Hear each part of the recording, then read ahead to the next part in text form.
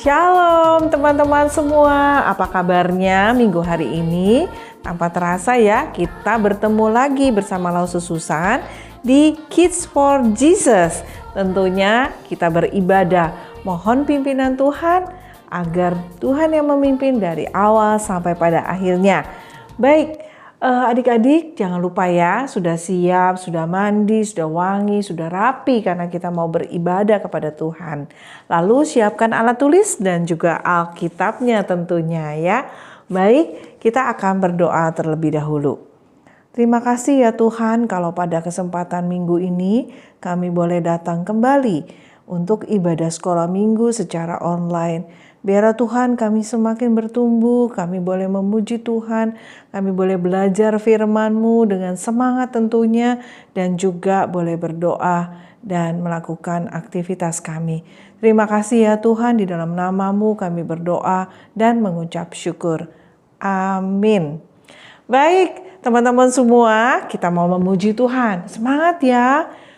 Pendengarkan suara kalian, ikuti pujiannya ya. Kalau tidak bisa belajar atau ada teksnya ya. Nah, kita akan nyanyikan sebagai pujian pembuka, pujilah Tuhan, hai segala bangsa. Ya, kemudian disambung dengan satu pujian lagi, yaitu Alkitab, buku yang terindah. Baik, kita memuji Tuhan.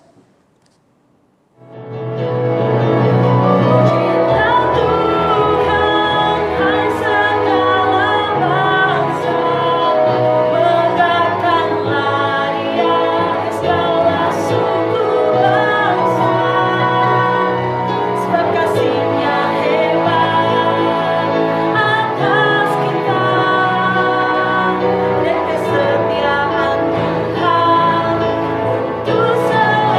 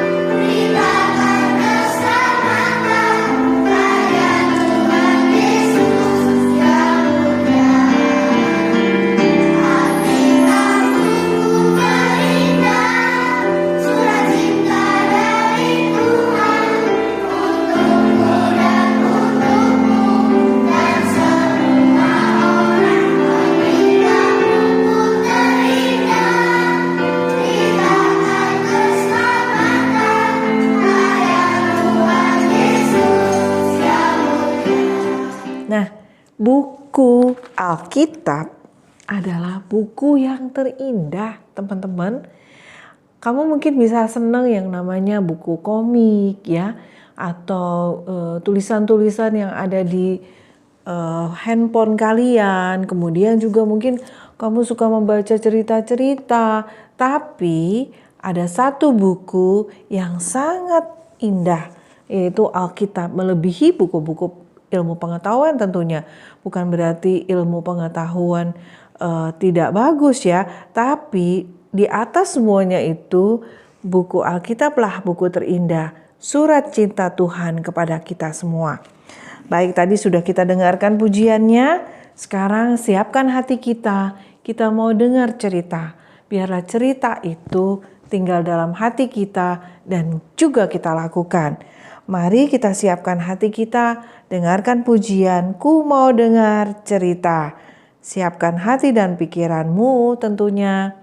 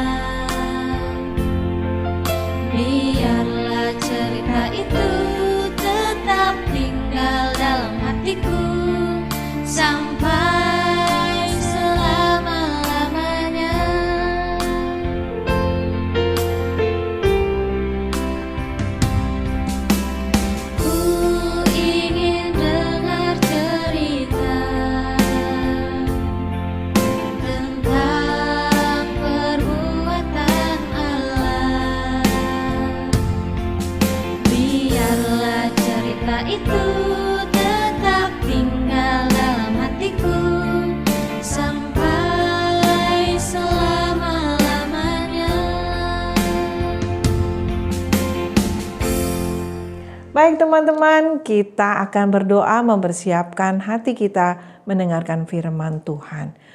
Tuhan Yesus, kami semua bertemu secara online di ibadah ini. Kami mohon dengan satu permohonan, Roh Kudus menolong kami mengerti, fokus, dan sungguh duduk dengan baik mendengarkan firman Tuhan. Konsentrasi dan juga firman Tuhan itu tinggal di dalam hati kami, menjadi benih yang subur, bertumbuh dan berbuah untuk kami lakukan. Tuhan memimpin Lausa Susan dari awal sampai pada akhirnya, supaya Tuhan pakai dia menjadi alat-Mu. Di dalam nama Tuhan Yesus kami berdoa dan mengucap syukur. Amin. Nah, teman-teman semua, lause termasuk Lausa Susan juga lause yang lain, dan kita semua anak-anak Tuhan percaya kepada Kristus kan? Pasti karena Tuhan yang menyelamatkan kita dan kita percaya kepada Tuhan Yesus, maka kita disebut dengan anak-anak Tuhan Yesus atau orang Kristen. Nah, kita disebut orang Kristen.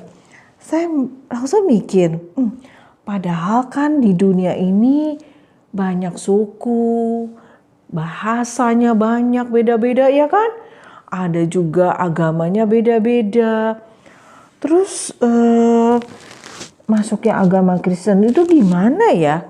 Gimana caranya sehingga akhirnya kita semua mengenal Alkitab, mengenal Tuhan Yesus? Pasti ada yang beritakan loh, sehingga sampai kepada kita akhirnya. Pasti ada yang pergi bercerita tentang Yesus, bener kan? Nah, ternyata yang pergi memberitakan firman Tuhan itu disebut misionaris. Apa itu lause misionaris? Nah, secara pengertiannya adalah misionaris itu orang-orang yang pergi ke suatu daerah untuk memberitakan firman Tuhan, memberitakan Injil, sehingga di daerah itu orang mengenal dan percaya kepada Yesus dan menjadi Kristen. Nah, kemudian kita belajar apa nih hari ini? Kita akan belajar minggu ini dan minggu-minggu yang akan datang tentang nama-nama dan juga pelayanan misionaris di daerah-daerah. Nah, untuk kali ini kita akan belajar seorang misionaris yang bernama William Carey. William Carey. William Carey ini lahir di sebuah desa yang kecil, di desa Paulsbury. Nah, dia berasal dari desa kecil di Inggris. Ayahnya seorang kepala desa, ya, seorang kepala di desa itu, dan juga menjadi seorang kepala sekolah dan melayani di gereja. Nah, kalian tahu nggak? William Carey ini lahir pada tanggal 17 Agustus 1761. Nah, itu abad 17. Ya, kita sekarang di mana? Abad 2021. Ya, jauh banget ya, udah kira-kira 3 sampai 4 abad yang lalu. Nah, William Carey ini dia seperti kalian juga ya, mungkin ada yang suka membaca, dia suka baca banget, belajar. Dia seneng sama bunga, pohon, burung ya, alam dia suka banget, serangga dia suka banget nih si William. Dan juga keistimewaan dia pinter dalam bahasa, dia belajar bahasa itu cepet banget.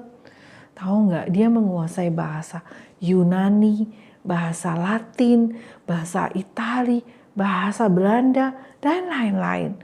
Wah, jenius sekali ya.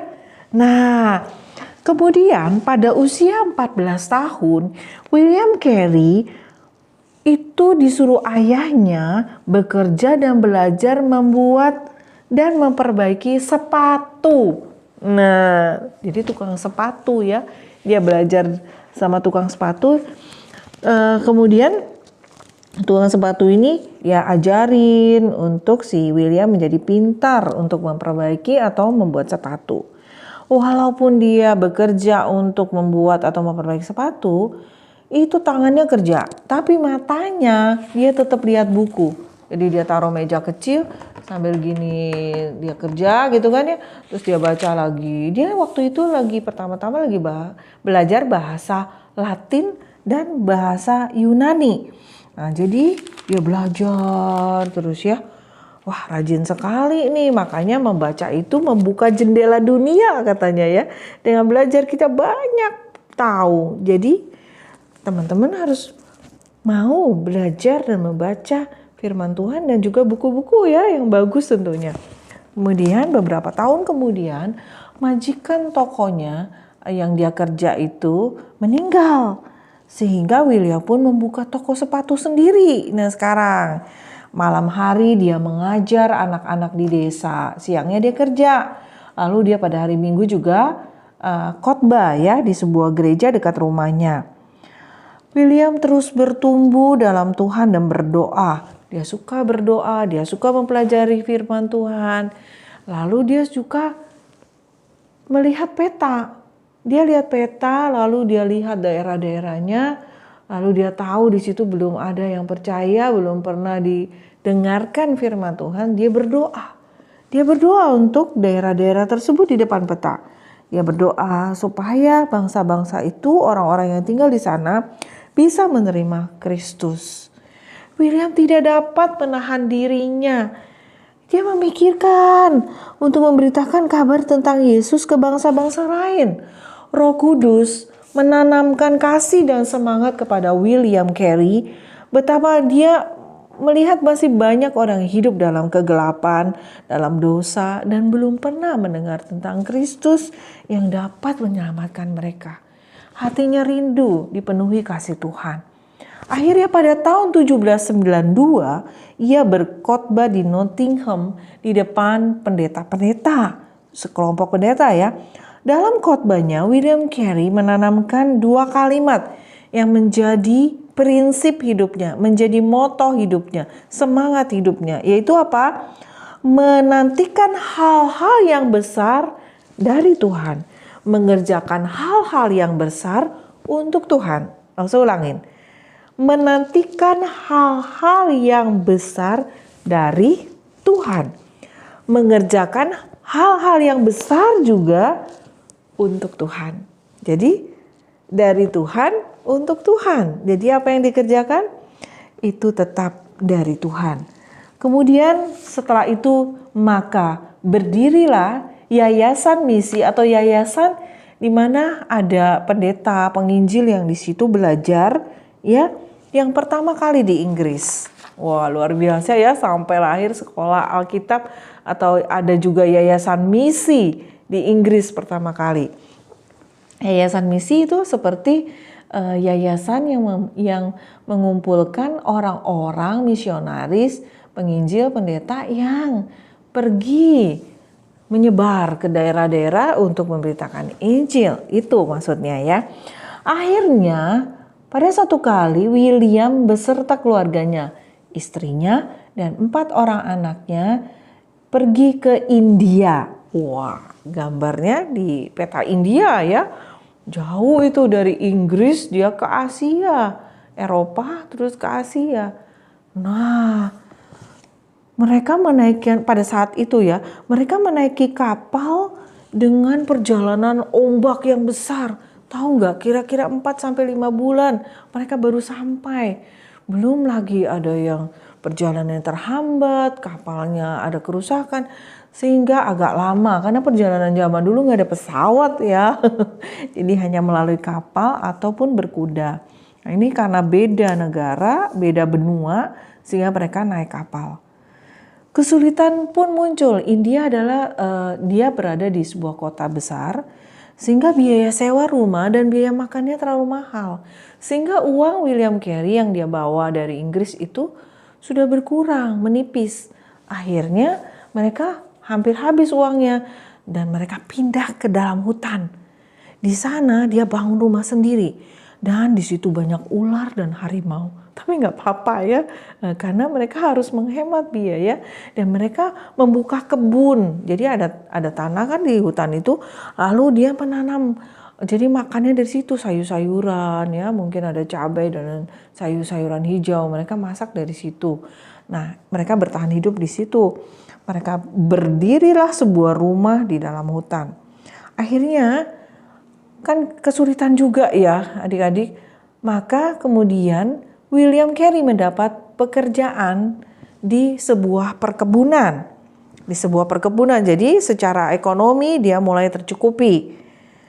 Di sela waktunya William Carey memberitakan Injil ke teman-teman kerjanya di perkebunan ataupun buruh-buruh ya, yang kerja di kebun-kebun itu tentang Kristus ya. Jadi William bercerita. Dari tadi lo cerita Injil terus tuh maksudnya apa sih memberitakan Injil? Memberitakan Injil itu intinya adalah memberitakan tentang Kristus, bagaimana Kristus lahir ke dalam dunia. Allah mengirimkan anaknya yang tunggal ke dalam dunia, lalu dia melayani. Kemudian Yesus mati di kayu salib, bangkit pada hari yang ketiga, lalu naik ke surga dan mengirimkan Roh Kudus, dan orang yang percaya akan diselamatkan dari dosa-dosa dan memperoleh hidup kekal. Itu berita Injil intinya, ya. Itu yang diberitakan, pastinya tentang Yesus, bukan yang lain, ya. William Carey, dia karena pinter bahasa, berbagai bahasa dia kuasai, dia mulai mengerjakan, menerjemahkan. Waktu itu kan belum ada percetakan ya, masih ada tapi mahal dan sulit gitu. Jadi masih berupa lembaran-lembaran. Adik-adik, berupa lembaran-lembaran dia terjemahin ke bahasa India. Nah, dia belajar dulu sebelumnya bahasa India. Karena memang dia jenius, cepat sekali dia belajar bahasa India, bisa juga. Lalu setelah itu William pindah ke kota Serampon. Di Serampon dia di sana bertemu dengan Mr. Watt. Ya, dengan Mr. Watt. Orang yang ahli dalam percetakan. Wah, klop. Saya terjemahin, dia pinter mengendalikan atau mengoperasikan mesin cetak.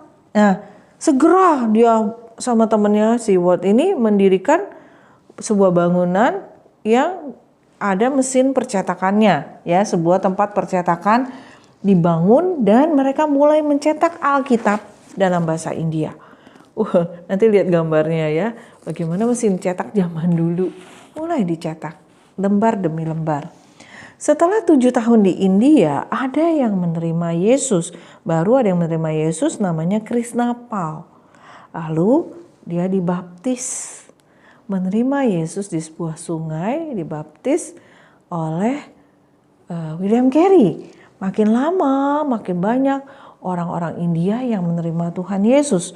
Ya, lalu orang-orang India pun mulai menyerahkan dirinya untuk menjadi seperti pekerjaan atau pelayanan yang dilakukan William Carey. Mereka menyerahkan dirinya untuk menjadi seorang penginjil, menjadi seorang misionaris. Jadi dari lokal ya, dari orang India itu sendiri. Kalau si William Carey kan dia orang Inggris ya. Lalu makanya mulailah banyak orang India yang menyerahkan diri menjadi hamba Tuhan untuk menginjili di daerah-daerah sekitar India. Lalu akhirnya didirikanlah sebuah sekolah Alkitab di Serampon ya, dan lihatlah bahwa si William Carey juga mengajar, bahkan dia dipanggil-panggil untuk menjadi guru, menjadi dosen di universitas. Wah, dari seorang tukang sepatu loh ya, tapi dia giat belajar firman Tuhan dan juga giat belajar dan membaca buku. Pada tahun 1812, wah, terjadi musibah. Teman-teman, apa yang terjadi? Kantor percetakan mereka kebakaran hebat sehingga musnahlah semuanya. Ya, musnah semua naskah-naskah itu yang lagi dicetak, yang udah diterjemahin lagi ya. Waduh, si William Carey sedih banget sama si Ward. Apakah mereka putus asa dan menyerah setelah itu? Enggak, mereka tetap percaya pada Tuhan. Mereka ini tantangan. Jadi mereka mulai lagi. Si William Carey bikin lagi naskahnya, terjemahan lagi. Lalu mesin cetaknya juga diperbaiki. Mungkin beli lagi yang baru. Sehingga berdiri lagi kantor percetakan itu.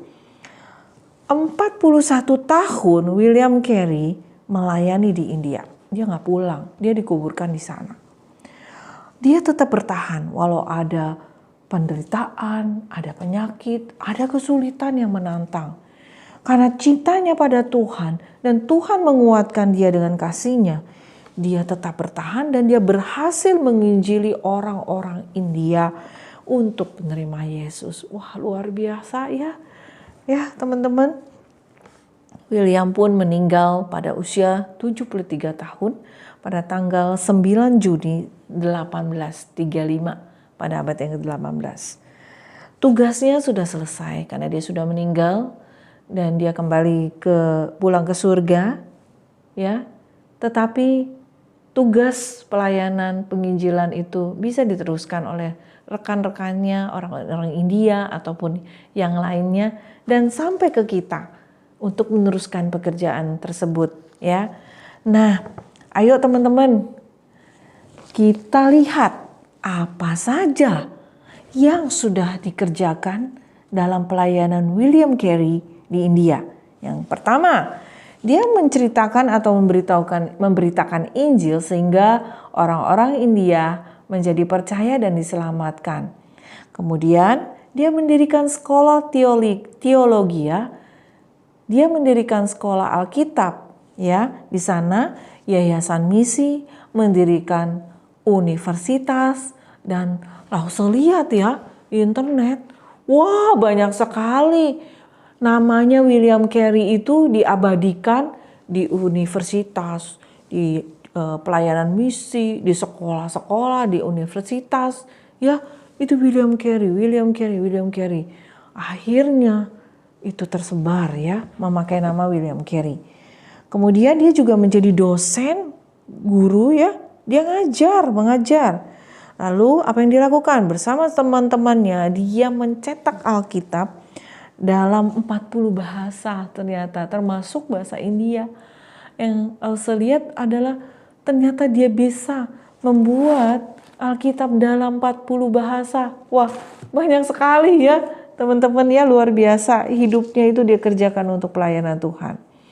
Lalu dia memperbanyak orang-orang yang melayani untuk menjadi penginjil seperti William Carey. Jadi dia turunkan, dia tularkan. Jadi walaupun saya nanti William Carey meninggal, itu masih ada yang nerusin. Makanya dia harus namanya duplikasi ya. Duplikasi bikin tiruan-tiruan dari William Carey yang lainnya. Nah, teman-teman semua, hari ini kita belajar apa sih setelah apa yang dilakukan William Carey di India? Tuhan mau kita memberitakan Injil, bener banget. Supaya kenapa? Banyak orang yang diselamatkan dari dosa dan percaya Yesus satu-satunya juru selamat mereka, sehingga mereka memperoleh keselamatan hidup yang kekal. Hanya satu-satunya Tuhan Yesus saja. Kalau saya masih kecil, belum bisa apa-apa. Saya juga nggak sepintar William Carey. William Carey inget loh, dia dipakai Tuhan untuk dilengkapi, asal kamu mau. William Carey itu tekun belajar, banyak baca buku ya.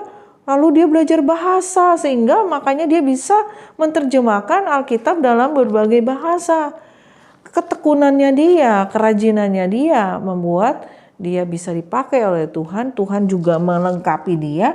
Dia berdoa, dia mohon perlindungan dan penguasaan Tuhan, sehingga dia bisa menguasai banyak bahasa. Tuhan perlengkapi William menjadi penginjil, bahkan mendirikan sekolah Alkitab dan universitas. Dari tukang sepatu loh, iya kan? Tadi yang Lause bilang, dia memperbaiki dan membuat sepatu kerjaannya. Tapi karena dia tekun belajar dan Tuhan mau pakai dia, panggil dia, sehingga Tuhan lengkapi. Sehingga dia menguasai banyak bahasa, dan juga dia menjadi seorang profesor, teman-teman. Dia doktor loh. Kalau di sekarang tuh S3 gitu. Bayangkan. Dia juga sebagai seorang tukang sepatu nggak tinggal diam. Dia belajar, dia masuk universitas untuk belajar ya di sela-sela waktunya itu. Jadi dia memang orang yang rajin. Jangan bermalas-malasan. Buang-buang waktu. Ayo, apalagi pekerjaan Tuhan. Nah, saya jadi bisa dong saya. Bisa.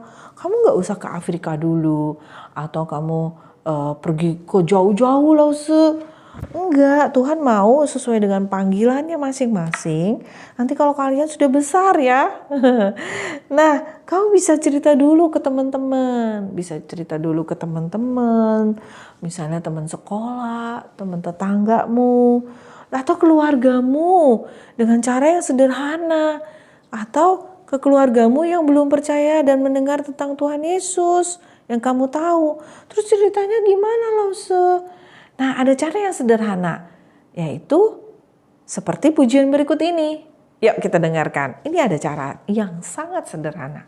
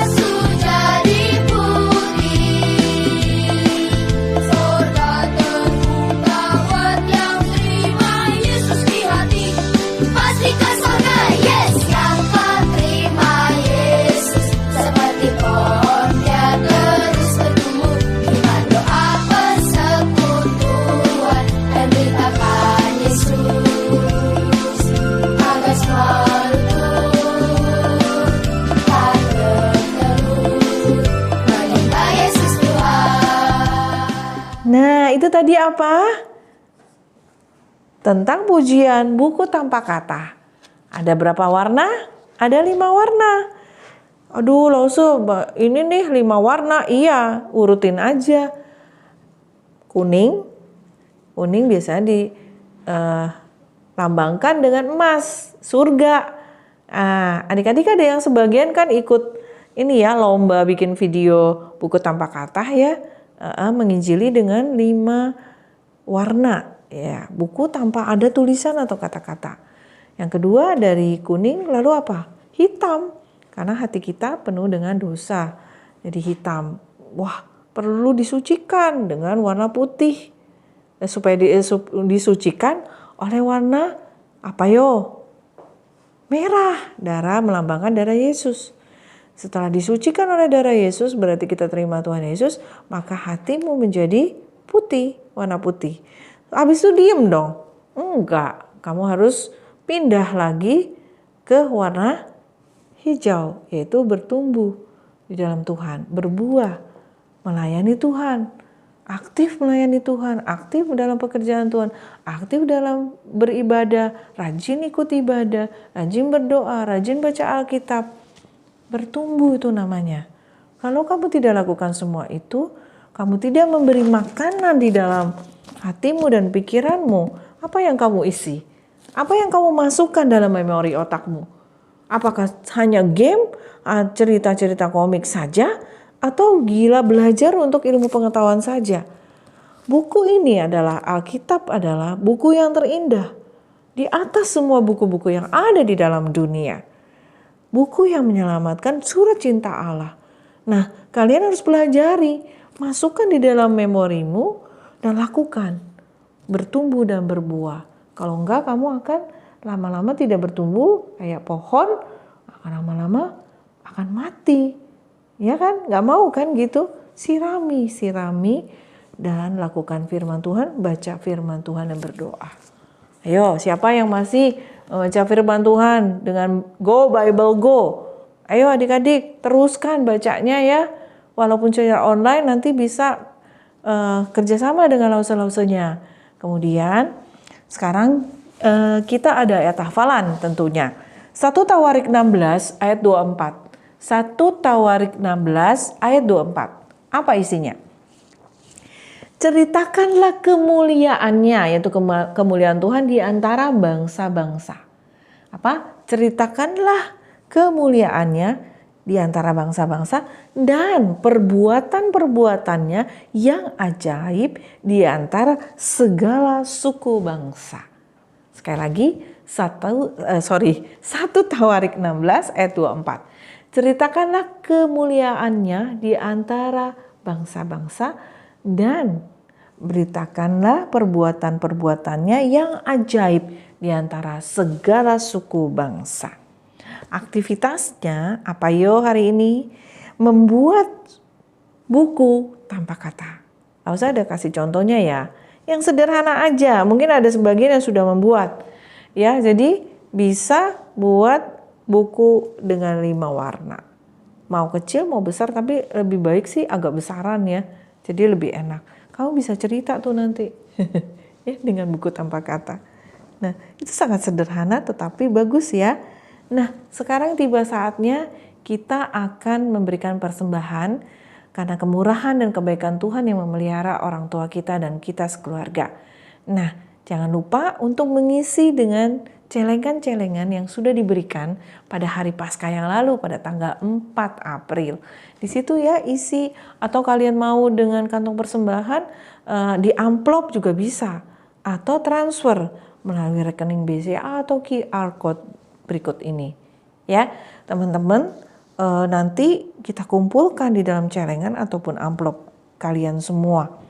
Mari kita berdoa. Terima kasih ya Tuhan untuk segala kebaikan dan pemeliharaan Tuhan di dalam hidup dan keluarga kami, di mana Tuhan mencukupi di masa-masa pandemi ini.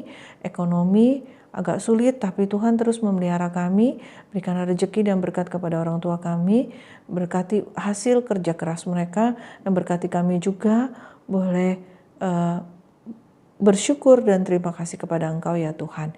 Di dalam nama Tuhan Yesus kami berdoa dan mengucap syukur. Yuk, kita kumpulkan persembahan, kita dengarkan juga satu pujian. Yuk bawalah persembahanmu.